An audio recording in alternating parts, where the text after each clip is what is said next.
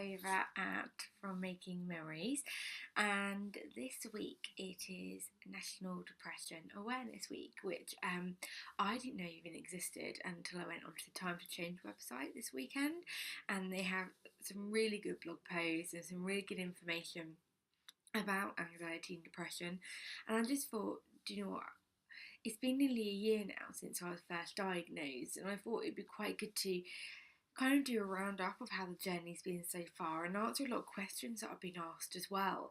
So I hope this helps, and let me know.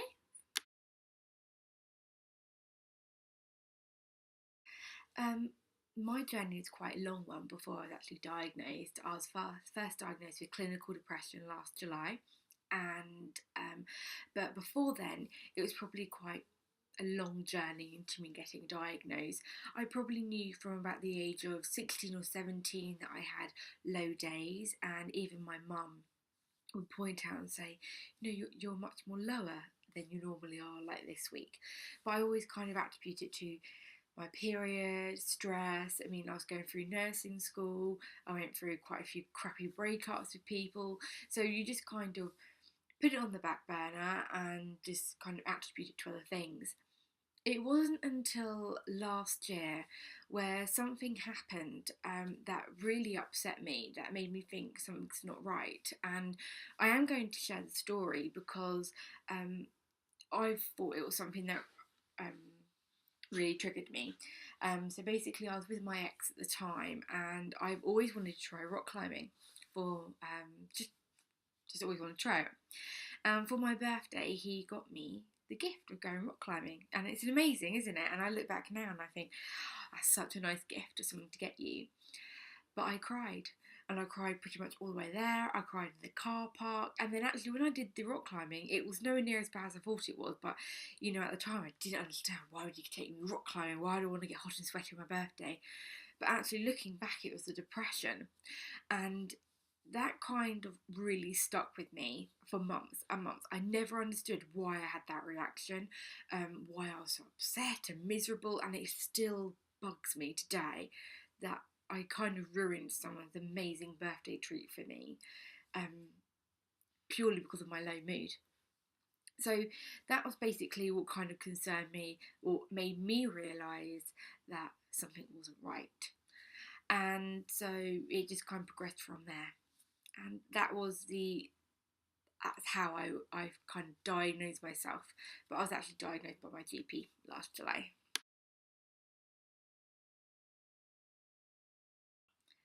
Um, for me, in my head, the difference between feeling sad and depression is quite simple now. But before I was diagnosed, depression to me was just feeling sad, low, had a bit of anxiety, and couldn't really sleep. But for me, the difference is that we all have our bad days, we all have our low days where something happens and we feel a bit crap. It's just when it goes on for weeks and months, when you start to realise that you're not getting any better, nothing really makes you happier.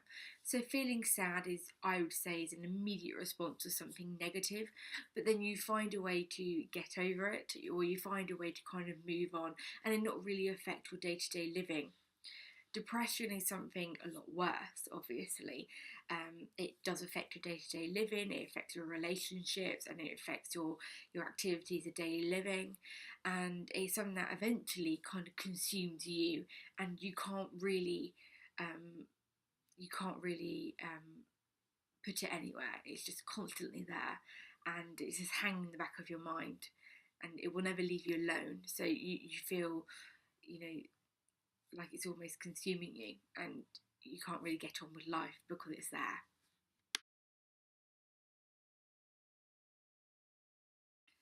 My symptoms, looking back now, were definitely low mood, but my biggest symptom was I just didn't feel excited for things. I enjoy planning things, but actually when it got to the going on the holiday or going on a trip or seeing my friends, I found I wasn't nowhere near as happy as I thought I should be, and I was nowhere near as excited as compared to other people in a group.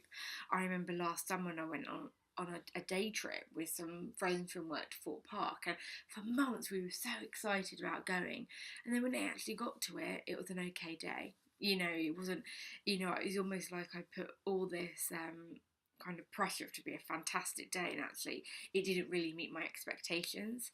Other symptoms for me was I found towards the time when I was diagnosed, I wasn't sleeping very well, and I actually found that I was sleeping far too much. I started noticing that I was having afternoon naps, which aren't a bad thing, but I started noticing that if I didn't have a nap, but I started noticing that if I, by having a nap, I was kind of taking myself out of daily life, and I found that I was using it as a reason to run away and to kind of not think and to not ponder. Also, overeating was definitely one.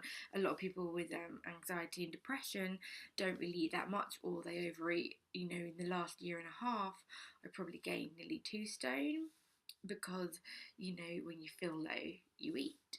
Or in my case, I did, and I found that eating was kind of like my getaway. It kind of brought out all the endorphins in me, so I related it to that. But those were my main symptoms. But probably because I've known I've had depression, since about the age of 16. I think generally it was not feeling very excited, not feeling very motivated, and I always felt like I had to force feelings on myself.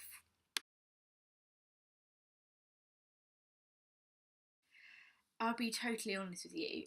A lot of people have said to me, "God, how did you react when they actually told you, you got depression?" And I can honestly say, for me, it was relief. For someone to turn around to me and say, "Do you know, I think you have depression, and we need to treat this. We need to hit the nail on the head with it." It was this almost euphoric moment of just finally someone told me what it was. And for years, like I said, my mum has said to me, "Oh, I think you're having low moods." I thought that made me thinking. She even said to me, "I think you might have a bit of depression," but I attributed that to, "Oh, I'm just having a bad time of it at the moment." For someone to actually say, "Do not know, this is you've got everything that is associated with depression, let's sort this." It was a massive relief. It was just like someone had just taken this massive burden off my shoulders, and I just wanted to help me. And I still feel like when I talk about it, the relief that just comes with it was amazing. But I won't lie, probably about 30% of me was extremely scared because I'm a proactive person. So instantly my reaction was, well, I've got to get better. I've got to, what do I take? What do I do to get rid of it? When actually I realised I've had it for years. So trying to trying to make sense of it in my head was extremely difficult. I didn't feel at all victimised in any way. I didn't think, "Oh, why me?" But I very much felt relief and, what do I do now? Just help me. Just tell me what I've got to do to get rid of this depression.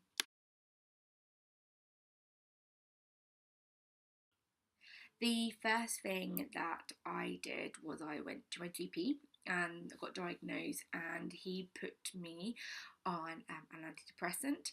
And I totally understand why people don't want to go on antidepressants, because they're deemed as happy pills, and that people don't really want to go on drugs to make you feel a bit better. The reason why I chose to go on depression is because I know antidepressants. Sorry, is because I know how antidepressants work. I work in the medical industry, so I know that antidepressants aren't happy pills. They help stabilize your mood, so you have less of this and just more of this. And I needed that. Particularly at the time I was also going through a breakup. So I needed something to stop me feeling high and low constantly. So I went on antidepressants. I went on citalopram, and I started off on quite a low dose. I started on 10 milligrams, which was the lowest. And my doctor also referred me to CBT, which is cognitive behavioural therapy. And I started that in September of last year. But I will say, just because I went to my GP and I started antidepressants, it didn't make me feel better right away. It took about 4 weeks for me to actually start noticing that the antidepressants were working. And I was diagnosed in July and I didn't start the CBT until September.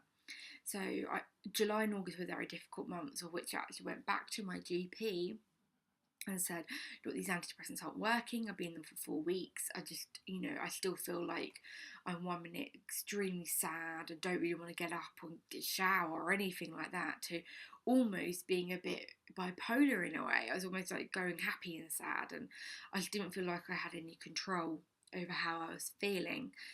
So what he did was he increased my medications to 20 milligrams of citalopram.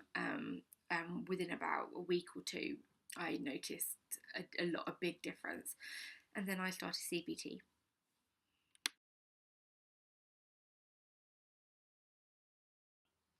CBT stands for Cognitive Behavioural Therapy, like I just mentioned, and I did a group of, I think it was 8 sessions every Tuesday night, and I won't go into too much detail about it because you can read up online. I can put some links up, but basically we focused on your thoughts and how to get out of your negative way of thinking, and we looked at the physical aspects of depression, but also the mental aspect and the emotional aspects, and we looked at strategies of how to improve your thinking or how to resolve your negative thinking. It initially took me a good couple of weeks to get into, but after about the third week, I could see a difference. I'm a very proactive person. I like to do things on paper. I like people to tell me what to do and how I can put it into my life. One of the biggest things that helped me, and I don't want to go into too much detail, but is a strategy called taking your thought to court. And I have a lot of negative thoughts. They're a lot better now, but at the time I was. And it's basically a diary where you put down all your thoughts. You then put a percentage out of 100 about how strongly you feel about that thought and the feelings attached to it. And then you then put your main thought at the top of the page, and then you almost like you take it to court. You cross-examine it. So you put all the thoughts in one column that make your thought true, that are fact, and then you put all the thoughts in another column that make your thoughts not true. And then you cross-examine it and decide what is fact and what you've just made up in your head. And you then devise a new positive thought from that to take over it. That took me months to sort out, but by about January, February this year, it really does work. And if you ever need to have CBT, I thoroughly recommend it. It's really, really helped. But then straight after CBT, I kind of noticed that I had a lot of anxiety still, and I still noticed that I just need to really talk about a lot of things. CBT is about the here and now, about how we deal with how you're feeling now and how you can progress and develop from there. But I still felt like I needed to talk to someone. In January of this year, I started counselling, and I went to my GP actually because I didn't know really where to start. And if I'm honest, I didn't really find my GP too helpful. They told me of a few charities, but she just gave me a bunch of leaflets really. And I don't know whether it's because she wasn't really that good at talking about it or with depression, but she was a GP that I don't really see. But so what I did was I googled it, and I found in my local area a charity called the Surrey Counselling Partnership, and they're a charity where you make a donation every time you go, and you talk for an hour. And I've done that since January, and my last session is actually this week, the end of April. And counselling has been amazing, and I'm so glad that I did the CBT before the counselling, because I was able to put some of the strategies that I learned in CBT and use it in counselling, because counselling is not easy. There are some things that I really had to dredge up from my past. There were some things that I didn't even realise that affected me as much as I thought they did, and to be able to use what I learned in CBT and put it into counselling was really beneficial. And then, Yes, so counselling has been amazing, and I know it can be really expensive, but if you really research it and Google, I really recommend that you go through charities because they benefit from a donation. And my counsellor's just been fantastic, and I'm really going to miss her because it's something that I've been so used to doing every Tuesday night. But I know that if I need them, I can go back through them again.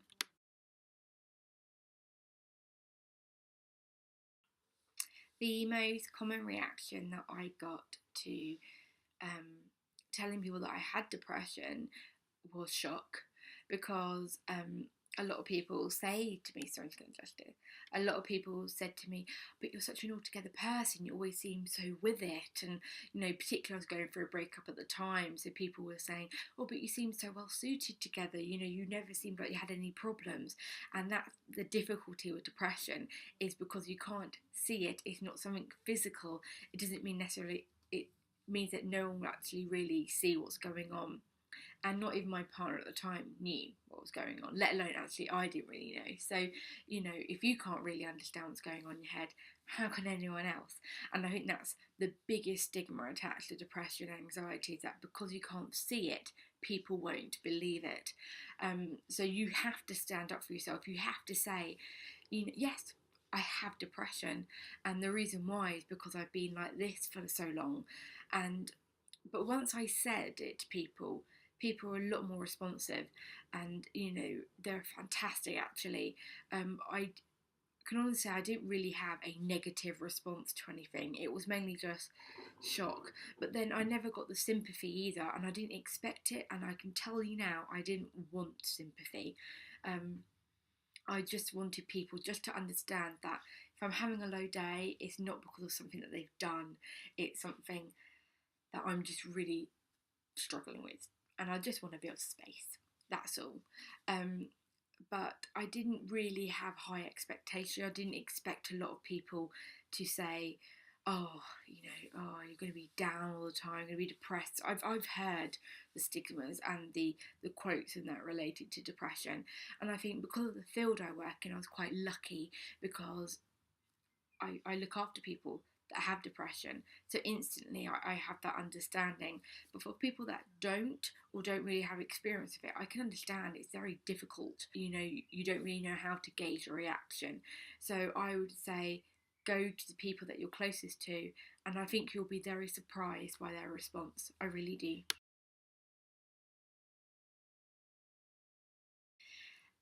So how am I doing now? So I had the CBT last September, October, November, and I'd had counselling January, February, March, and this month.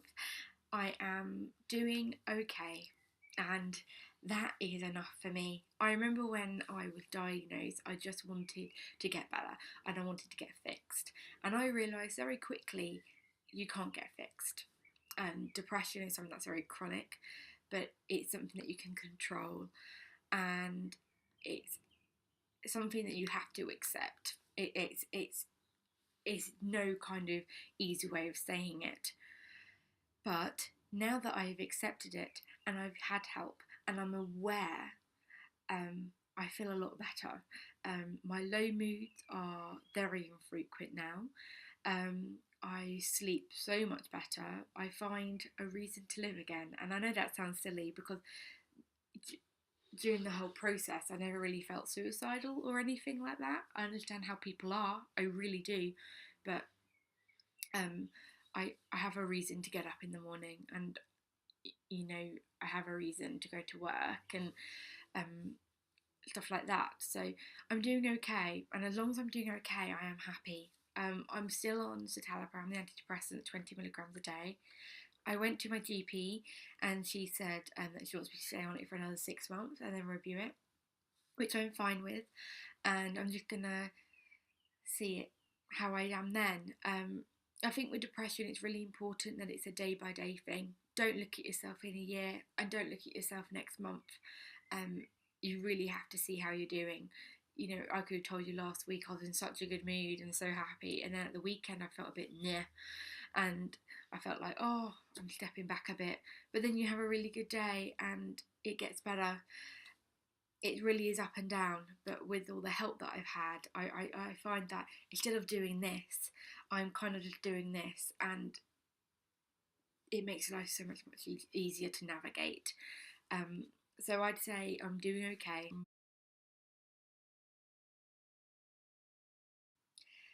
My advice for anyone battling depression, or if you think you might have it or have anxiety, everyone says it, just get help.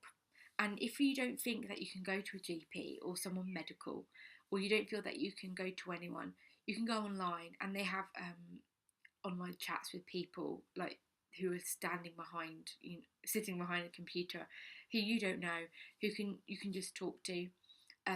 There are telephone lines that you can call, but I started off actually by going to my mum. I went to my mum. My mum said, yes, you definitely are not yourself. And she encouraged me to go to the GP, and she came with me. And that's how the ball really started rolling. And if you are lucky enough to have someone that you trust, they will be there for you. And so definitely get help. That is my number one advice. But there are other little ones as well. If you think you are battling depression and you think, do you know what, I don't want to get help right now, I just want to kind of understand what's going on in my head, I resonate with that. I definitely find work out your triggers. Maybe keep a thought diary, something where you think, somewhere you can write down and say, I'm feeling low because this happened today.